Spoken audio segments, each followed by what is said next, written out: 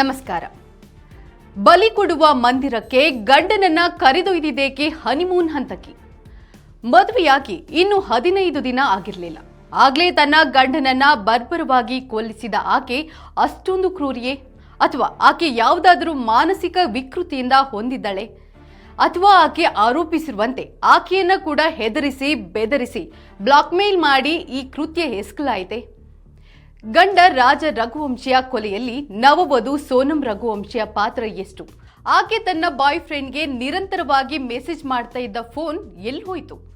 ಕೊಲೆ ನಡೆದ ಜಾಗದಿಂದ 1200 ಕಿಲೋಮೀಟರ್ ದೂರ ಎಲ್ಲರ ಕಣ್ ತಪ್ಪಿಸಿ ಆಕೆ ಬಂದದ್ದು ಹೇಗೆ? ಆಕೆಯ ಜಾತಕದಲ್ಲಿ ಕುಜದೋಷ ಇತ್ತ?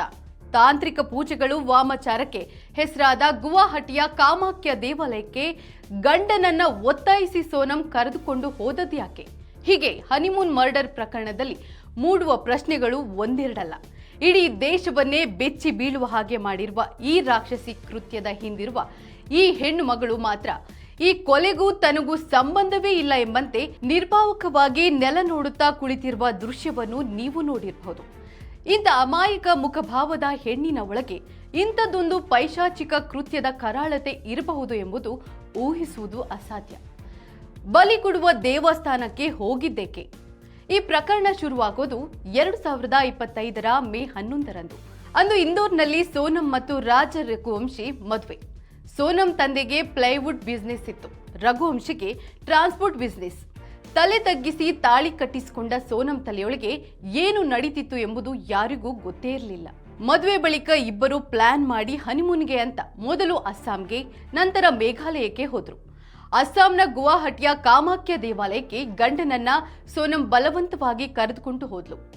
ನಮ್ಮ ಮದುವೆ ಸಂಪೂರ್ಣವಾಗಬೇಕಾದ್ರೆ, ಅಂದರೆ ನೀನು ನನ್ನ ಮೈ ಮುಟ್ಟಬೇಕಾದ್ರೆ ಕಾಮಾಖ್ಯ ದೇವಿಯ ಪೂಜೆ ಮಾಡಬೇಕು ಎಂದು ಸೋನಂ ಆತನನ್ನ ನಂಬಿಸಿದ್ಲು. ಈ ಕಾಮಾಖ್ಯ ದೇವಾಲಯದಲ್ಲಿ ದೇವಿಯ ವಿಗ್ರಹವಲ್ಲ, ಬದಲಾಗಿ ಜನನೇಂದ್ರಿಯಕ್ಕೆ ಪೂಜೆ ನಡೆಯುತ್ತೆ. ಇಲ್ಲಿ ಬಲಿ, ವಾಮಾಚಾರ, ಮಂತ್ರ ಮಾಟಗಳೆಲ್ಲ ನಡೆಯುತ್ತೆ. ಇಲ್ಲಿಗೆ ಆಕೆ ಗಂಡನನ್ನ ಯಾಕೆ ಕರೆದುಕೊಂಡು ಹೋದ್ಲು ಅನ್ನೋದು ನಿಗೂಢವಾಗಿದೆ. ಇನ್ನೊಂದು ಹೇಳಿಕೆ ಪ್ರಕಾರ ಆಕೆಯ ಜಾತಕದಲ್ಲಿ ಗಂಭೀರವಾದ ಕುಜದೋಷ ಇತ್ತು. ಅದರ ಪರಿಣಾಮ ಆಕೆಗೆ ಗಂಡನಾಗುವವನು ಹೆಚ್ಚು ಕಾಲ ಬದುಕಿರೋಲ್ಲ ಅಂತ ಜ್ಯೋತಿಷಿಗಳು ಹೇಳಿದ್ದಾರಂತಲೂ ಸುದ್ದಿಯಾಯಿತು. ಆದ್ರೆ ಈ ಸುದ್ದಿಯನ್ನ ಖಚಿತಪಡಿಸೋಕಂತೂ ಸಾಧ್ಯವಿಲ್ಲ. ಮುಂದಿನ ಕತೆಗೆ ಮಹತ್ವದ ತಿರುವು. ಸರಿ, ಮುಂದಿನ ಕತೆಗೆ ಟ್ವಿಸ್ಟ್. ಮೇ 23ರಂದು ನವದಂಪತಿ ಸೋನಂ ರಘುವಂಶಿ ಮತ್ತು ರಾಜ ರಘುವಂಶಿ ಮೇಘಾಲಯಕ್ಕೆ ಹನಿಮೂನ್ಗೆ ಹೋದ್ರು. ಅಲ್ಲಿಂದ ಹೋಟೆಲ್ ರೂಮ್ನಿಂದ ಟ್ರೆಕ್ಕಿಂಗ್ ಎಂದು ಬಾಡಿಗೆ ಸ್ಕೂಟರ್ ಪಡೆದು ತೆರಳಿದ್ರು. ಮೇ 22ರಂದು ಮಾವ್ಲಿ ಕಿಯಾತ್ ಎಂಬಲ್ಲಿ ನಿಗೂಢವಾಗಿ ನಾಪತ್ತೆಯಾದರು. ಅವರು ಪ್ರಯಾಣಿಸಿದ್ದ ಸ್ಕೂಟರ್ ಮಾತ್ರ ಅಲ್ಲೇ ಇತ್ತು. ಮೇ 23ರಂದು ಟ್ರೆಕ್ಕಿಂಗ್ ಮಾಡ್ತಾ ಇದ್ದ ಅವರನ್ನ ಟ್ರೆಕ್ಕಿಂಗ್ ಗೈಡ್ ಆಲ್ಬರ್ಟ್ ಎಂಬುವನು ನೋಡಿದ. ಇವರ ಜೊತೆಗೆ ಹಿಂದಿ ಮಾತಾಡುವ ಸ್ಥಳೀಯರಲ್ಲದ 3 ಇದ್ರಂತೆ. ಆನಂತರ ಅವರ್ಯಾರೋ ಕಾಣಿಸಲೇ ಇಲ್ಲ. ಸ್ಥಳೀಯ ಪೊಲೀಸರು ನಾಪತ್ತೆ ಪ್ರಕರಣ ದಾಖಲಿಸಿಕೊಂಡ್ರು. 9 ದಿನಗಳ ಬಳಿಕ ಅಂದ್ರೆ ಜೂನ್ 2ರಂದು ರಾಜನ ಶವ ಒಂದು ಕಂದಕದಲ್ಲಿ ಸಿಕ್ತು. ಒಂದು ಮಚ್ಚು ಹಾಗೂ ರಾಜನ ಮೊಬೈಲ್ ಅಲ್ಲಿ ಸಿಕ್ಕಿದ್ವು. ಸೋನಂ ಸುಳಿವು ಎಲ್ಲೂ ಇರಲಿಲ್ಲ. ಇನ್ನು ಡಾಬಾದಲ್ಲಿ ಪತ್ತೆಯಾದ್ಲು ಸೋನಂ. ಜೂನ್ 9ರಂದು ಇದೆಲ್ಲ ನಡೆದ ಜಾಗಕ್ಕಿಂತ 1200 ಕಿಲೋಮೀಟರ್ ದೂರದಲ್ಲಿ ಉತ್ತರ ಪ್ರದೇಶದ ಘಾಜಿಪುರದಲ್ಲಿ ಒಂದು ಡಾಬಾದಲ್ಲಿ ಸೋನಂ ಕಾಣಿಸಿಕೊಂಡ್ಲು. ಕೂಡಲೇ ಆಕೆಯನ್ನ ಪೊಲೀಸರು ವಶಕ್ಕೆ ಪಡೆದುಕೊಂಡ್ರು. ಆಕೆಯ ನೀಡಿದ ಮಾಹಿತಿ ಪ್ರಕಾರ ಇನ್ನು 3ರನ್ನ ಬಂಧಿಸಿದ್ರು.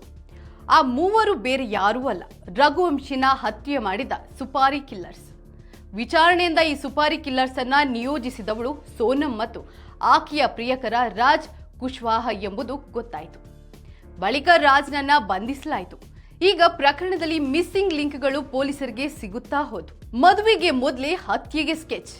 ಮದುವೆಗೆ ಮೊದಲೇ ರಾಜ ರಘುವಂಶಿ ಹತ್ಯೆಗೆ ಸೋನಂ ಸಂಚು ರೂಪಿಸಿದ್ಲು ಎನ್ನುವ ವಿಚಾರ ಬೆಳಕಿಗೆ ಬಂತು. ಆತನನ್ನ ಹನಿಮೂನ್ ವೇಳೆ ಕೊಲೆ ಮಾಡುವ ಯೋಜನೆಯನ್ನ ಮೊದಲೇ ಮಾಡಲಾಗಿತ್ತು. ಸೋನಂ ತನ್ನ ಪ್ರಿಯಕರ ರಾಜ್ ಕುಶ್ವಾಹ ಜೊತೆಗೂಡಿ ರಾಜ ರಘುವಂಶಿಯನ್ನ ಹತ್ಯೆ ಮಾಡುವ ಪ್ಲಾನ್ ಮಾಡಿದ್ಲು. ಇದಕ್ಕೆ ಸಹಾಯ ಮಾಡಿದ ಕೊಲೆಗಾರರು ಉತ್ತರ ಪ್ರದೇಶದ ಲಖಿತಪುರದ ಆಕಾಶ್ ರಜಪೂತ್, ಮಧ್ಯಪ್ರದೇಶದ ಸಾಗರ್ನ ಆನಂದ್ ಕುರ್ಮಿ. ಸೋನಂ ಮತ್ತು ಕುಶ್ವಾಹ ಮೊದಲೇ ಆತೀಯರಾಗಿದ್ರು.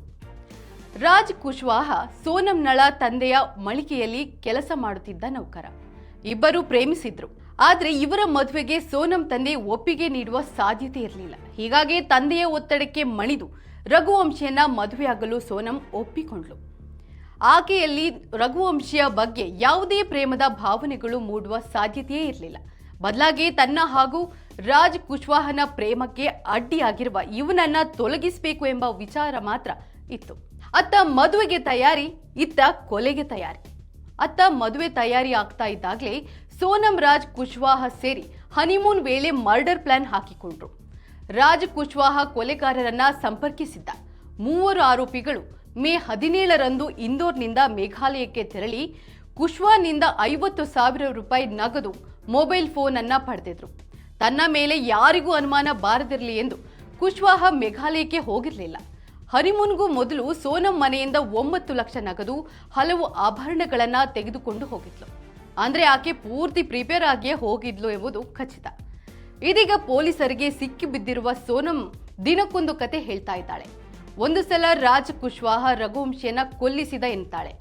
ನನಗೂ ಕೊಲೆಗೂ ಸಂಬಂಧವಿಲ್ಲ, ಕೊಲೆಗಾರರು ರಘುವಂಶಿಯನ್ನ ಕೊಲೆ ಮಾಡಿ ನಗದು ದರೋಡೆ ಮಾಡಿದ್ದಾರೆ ಎಂತಾಳೆ. ಹಣಕ್ಕಾಗಿ ಈ ದರೋಡೆ ನಡೆದಿರಬಹುದು ಎನ್ನುತ್ತಾಳೆ. ನಿಜಕ್ಕೂ ಆಕೆ ಮಾನಸಿಕವಾಗಿ ಸ್ವಸ್ಥವಾಗಿದ್ದಾಳಾ ಇಲ್ವಾ, ಅಥವಾ ಪೊಲೀಸರ ದಾರಿ ತಪ್ಪಿಸುವ ಕೆಲಸ ಮಾಡುತ್ತಿದ್ದಾಳ ಎಂಬ ಅನುಮಾನ ಮೂಡಿದೆ. ಅತ್ತ ಆಕೆಯ ಮೊಬೈಲ್ ಕೂಡ ನಾಪತ್ತೆಯಾಗಿದೆ. ಆಕೆಯೇ ನಾಶ ಮಾಡಿರಬಹುದು ಅಥವಾ ಆಕೆಯ ಪ್ರಿಯಕರ ರಾಜ್ ಕುಶ್ವಾಹ ನಾಶ ಮಾಡಿಸಿರಬಹುದು. ಅದೊಂದು ಸಿಕ್ಕರೆ ಆಕೆ ಕ್ಷಣಕ್ಕೂ ತಮ್ಮ ಹನಿಮೂನ್ನ ಚಲನವಲನವನ್ನ ರಾಜ್ ಕುಶ್ವಾಹನಿಗೆ ತಿಳಿಸ್ತಾ ಇದ್ದುದು ಸಾಕ್ಷಿಗಳ ಸಿಕ್ಕಿಬಿಡ್ತವೆ. ಇದು ಅಪರಾಧಕ್ಕೆ ಪ್ರಮುಖ ಸಾಕ್ಷಿಯಾಗಲಿದೆ. ಹಾಗಾದ್ರೆ ಕೊಲೆಯ ಹಿಂದಿದೆಯಾ ವಾಮಾಚಾರ? ಇನ್ನು ಈ ಪ್ರಕರಣದಲ್ಲಿ ವಾಮಾಚಾರದ ಪಾತ್ರವೂ ಇದೆಯಾ ಎಂಬುದು ಗೊತ್ತಾಗಬೇಕಿದೆ. ಸೋನಂ ಮತ್ತು ರಾಜ ಹನಿಮೂನ್ಗಾಗಿ ಮೇಘಾಲಯಕ್ಕೆ ಹೋಗುವ ಮೊದಲು, ವಿವಾಹವನ್ನ ಸಂಪೂರ್ಣಗೊಳಿಸುವ ಮೊದಲು ಕಾಮಾಖ್ಯ ದೇವಿ ದೇವಸ್ಥಾನದಲ್ಲಿ ನೈವೇದ್ಯ ಅರ್ಪಿಸಬೇಕು ಎಂದು ಸೋನಂ ತನ್ನ ಪತಿ ರಾಜನ ಮನವೊಲಿಸಿದ್ಲು ಎಂದು ಗೊತ್ತಾಗಿದೆ. ಕಾಮಾಖ್ಯದಲ್ಲಿ ನರಬಲಿ ನೀಡುವ ಪದ್ಧತಿ ಎಷ್ಟೊಂದು ದಶಕಗಳ ಹಿಂದೆ ಇತ್ತು. ಜೊತೆಗೆ ಕಾಮಾಖ್ಯದಲ್ಲಿ ತಾಂತ್ರಿಕ ಆಚರಣೆಗಳು ವಿಪರೀತವಾಗಿ ನಡೆಯುತ್ತೆ. ರಾಜ ಹತ್ಯೆಯ ಹಿಂದೆ ಇದು ಕೂಡ ನಡೆದಿದೆಯಾ ಎಂಬುದು ಕೂಡ ತನಿಖೆಯಿಂದ ಗೊತ್ತಾಗಬೇಕಿದೆ. ಅತ್ತ ರಾಜ ರಘುವಂಶಿಯ ಶವವನ್ನ ಆತನ ಮನೆಯವರಿಗೆ ಕಳಿಸಲಾಗಿತ್ತು. ಶವ ಸಂಸ್ಕಾರದ ಸಂದರ್ಭದಲ್ಲಿ ಆತನನ್ನ ಕೊಲ್ಲಲು ಸುಪಾರಿ ನೀಡಿದ್ದ ರಾಜ್ ಕುಶ್ವಾಹ ಕೂಡ ಸ್ಥಳದಲ್ಲೇ ಇದ್ದ ಹಾಗೂ ಸೋನಂ ತಂದೆಗೆ ಸಾಂತ್ವನ ಪಡಿಸುತ್ತಿದ್ದ ವಿಡಿಯೋ ದೃಶ್ಯಗಳು ಕೂಡ ಕಂಡುಬಂದಿದೆ. ಸುಳಿವು ನೀಡಿತ್ತು ತಾಳಿ ಕಾಲುಂಗರ. ಅತ್ತ ರಾಜನ ದೇಹ ಸಿಕ್ಕಿದ 7 ದಿನಗಳ ಬಳಿಕ ಸೋನಂ ಢಾಬಾದಲ್ಲಿ ಪೊಲೀಸರಿಗೆ ಸಿಕ್ಕಿ ಬೀಳುವುದಕ್ಕೂ ಮೊದಲೇ ಮೇಘಾಲಯ ಪೊಲೀಸರ ಸೋನಂ ಮೇಲೆ ಅನುಮಾನ ಮೂಡಿತ್ತು. ಇದಕ್ಕೆ ಕಾರಣ ಒಂದು ತಾಳಿ ಹಾಗೂ ಕಾಲುಂಗರ. ಹೌದು, ಟ್ರೆಕ್ಕಿಂಗ್ಗೆ ಹೋಗುವುದಕ್ಕೂ ಮೊದಲೇ ಒಂದು ಹೋಮ್ ಸ್ಟೇಯಲ್ಲಿ ಇಬ್ಬರು ತಮ್ಮ ಸೂಟ್ಕೇಸ್ ಅನ್ನ ಬಿಟ್ಟು ಹೋಗಿದ್ರು.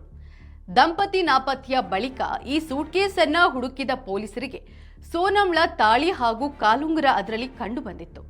ಆಗ್ಲೇ ಪೊಲೀಸರಿಗೆ ಅನುಮಾನ ಬಂದಿತ್ತು. ನವ ವಿವಾಹಿತವಾದ ಸೋನಂ ಅಗ್ನಿ ಸಾಕ್ಷಿಯಾಗಿ ಗಂಡ ಕಟ್ಟಿದ ತಾಳಿ ಹಾಗೂ ಆತ ತೊಡಿಸಿದ ಕಾಲುಂಗರ ತೆಗೆದಿಡಲು ಹೇಗೆ ಸಾಧ್ಯ? ಅಂದ್ರೆ ಅದರ ಬಗ್ಗೆ ಆಕೆಗೆ ಯಾವುದೇ ಭಾವನಾತ್ಮಕ ಒಲವು ಇರಲಿಲ್ವಾ ಎನ್ನುವ ಅನುಮಾನ ಮೂಡಿದೆ. ಆಗ್ಲೇ ಈ ಪ್ರಕರಣಕ್ಕೆ ಟ್ವಿಸ್ಟ್ ಪಡೆದಿತ್ತು. ಈ ಎಲ್ಲವೂ ಸೋನಂ ಹಾಗೂ ರಾಜ್ ಕುಶ್ವಾಹ ಎಷ್ಟೊಂದು ಕೋಲ್ಡ್ ಬ್ಲಡೆಡ್ ಮರ್ಡರ್ಗಳು ಎಂಬುದನ್ನು ಸಾಬೀತುಪಡಿಸಿವೆ.